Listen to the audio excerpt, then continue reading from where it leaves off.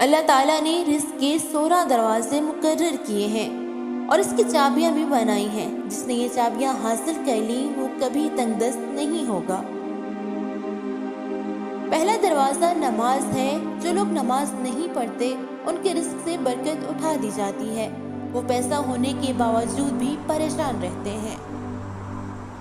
دوسرا دروازہ استغفار ہے۔ جو انسان زیادہ سے زیادہ استغفار کرتا ہے اور توبہ کرتا ہے اس کے رزق میں اضافہ ہو جاتا ہے، اور اللہ تعالیٰ ایسی جگہ سے رزق دیتا ہے جہاں سے کبھی اس نے سوچا بھی نہیں ہوتا۔ تیسرا دروازہ صدقہ ہے۔ اللہ تعالیٰ فرماتا ہے کہ تم میری راہ میں جو خرچ کرو گے میں تمہیں اس کا بدلہ دے کر رہوں گا۔ انسان جتنا دوسروں پر خرچ کرے گا اللہ اسے 10 گنا بڑھا کر دے گا۔ چوتھا دروازہ تقوی اختیار کرنا ہے۔ جو لوگ گناہوں سے دور رہتے ہیں اللہ ان کے لیے آسمان سے رزق کے دروازے کھول دیتا ہے۔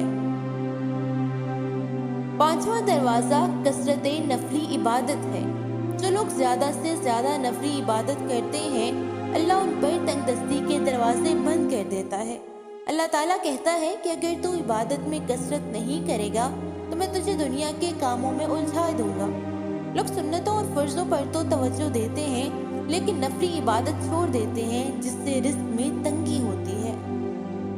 چھٹا دروازہ حج اور عمرے کی کثرت کرنا ہے۔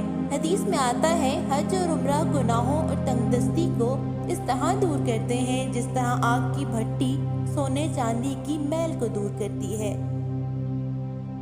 ساتواں دروازہ رشتہ داروں کے ساتھ اچھے سلوک سے پیش آنا۔ ایسے رشتہ داروں سے بھی ملتے رہنا جو آپ سے قطع تعلق ہوں۔ آٹھواں دروازہ کمزوروں کے ساتھ صلح رحمی کرنا ہے۔ غریبوں کے غم بانٹنا، مشکل میں کام آنا اللہ کو بہت پسند ہے۔ نواں دروازہ اللہ پر توکل ہے۔ جو شخص یہ یقین رکھے گا کہ اللہ دے گا تو اسے اللہ ضرور دے گا، اور جو شک کرے گا وہ پریشان ہی رہے گا۔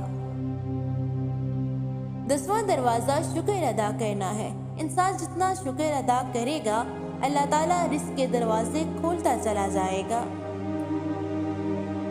11واں دروازہ ہے گھر میں مسکرا کر داخل ہونا۔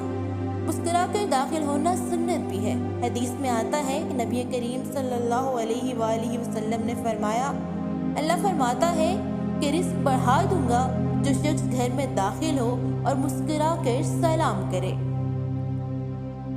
12واں دروازہ ماں باپ کی فرما برداری کرنا ہے۔ ایسے شخص پر کبھی رزق تنگ نہیں ہوتا جو ماں باپ کا فرما بردار ہوتا ہے۔ 13واں دروازہ ہر وقت باوضو رہنا ہے۔ جو شخص ہر وقت نیک نیتی کے ساتھ باوضو رہے تو اس کے رزق میں کمی نہیں ہوتی۔ 14واں دروازہ چاشت کی نماز پڑھنا ہے جس سے رزق میں برکت بڑھتی ہے۔ حدیث میں ہے کہ چاشت کی نماز رزق کو کھینچتی ہے اور تنگ دستی کو دور بھگاتی ہے۔ 15واں دروازہ ہے روزانہ سورہ واقعہ پڑھنا، اس سے رزق بھی بڑھتا ہے۔ 16واں دروازہ ہے اللہ تعالیٰ سے دعا مانگنا۔ جو شخص صدقے دل سے اللہ سے مانگتا ہے اللہ اس کو بہت زیادہ عطا کرتا ہے۔